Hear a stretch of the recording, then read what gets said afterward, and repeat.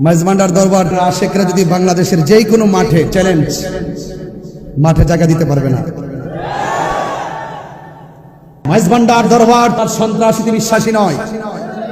মাইজভান্ডার দরবার চাঁদাবাজিতে বিশ্বাসী নয়, বোমাবাজিতে বিশ্বাসী নয়, জঙ্গিবাজিতে বিশ্বাসী নয়, জ্বালাও পোড়াতে বিশ্বাসী নয়। মাইজভান্ডার দরবার শান্তিতে বিশ্বাসী। মাইজভান্ডার দরবার কারো দালালি করে না। মাইজভান্ডার দরবার মদিনাওয়ালার প্রেমের দালালি করে কথা বলে, ঠিক না? আজকে আমি অত্যন্ত সৌভাগ্যবান যে যেখানে দাঁড়িয়ে আমি কথা বলছি। আসলে মূলত আজকে ওয়াজ করতে আসি নাই, আসছি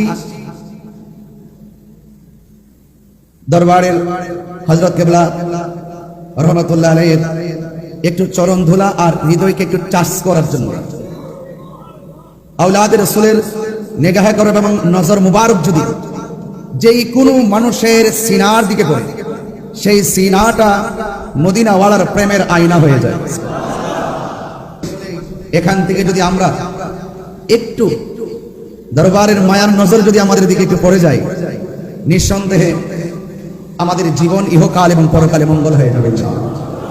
এখন যদি হককে প্রতিষ্ঠার প্রশ্ন আসে, মাইজভান্ডার দরবার থেকে যদি হযরত কেবলার দরবারের পক্ষ থেকে যদি আমাদেরকে যদি ডাক দেওয়া হয়, ডাক্তারহীন কণ্ঠে বলুন, ওই ইয়াজিদের প্রেতাত্মাদের বিরুদ্ধে, ওই মুনাফিকদের বিরুদ্ধে প্রয়োজনে জিহাদের যদি ডাক আসে, আমরা সবাই চাপিয়ে পড়তে রাজি আছি না?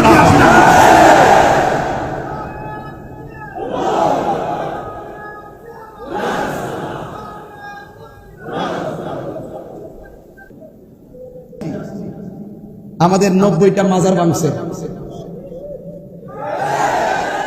এগুলো আমার হিসাবের ভিতরে। সবগুলো আবার ল্যাপটপে রাখার চেষ্টা করছি, কারণ এক মাঘে শীত যায় না। হুসাইনি কাফেলা জেগে যখন মাঠে নেমে যাবে, পালাইবার সুযোগ পাবে না। সিন্নি খাইলেন কার দ্বারা, মোল্লা চিনলেন না। এই মাজারগুলো কি ইহুদিরা ভেঙেছে? কথা বলুন। খ্রিস্টানরা ভেঙেছে? কারা ভেঙেছে? ওই যে ইয়াজিদের খালাতো ভাইয়েরা।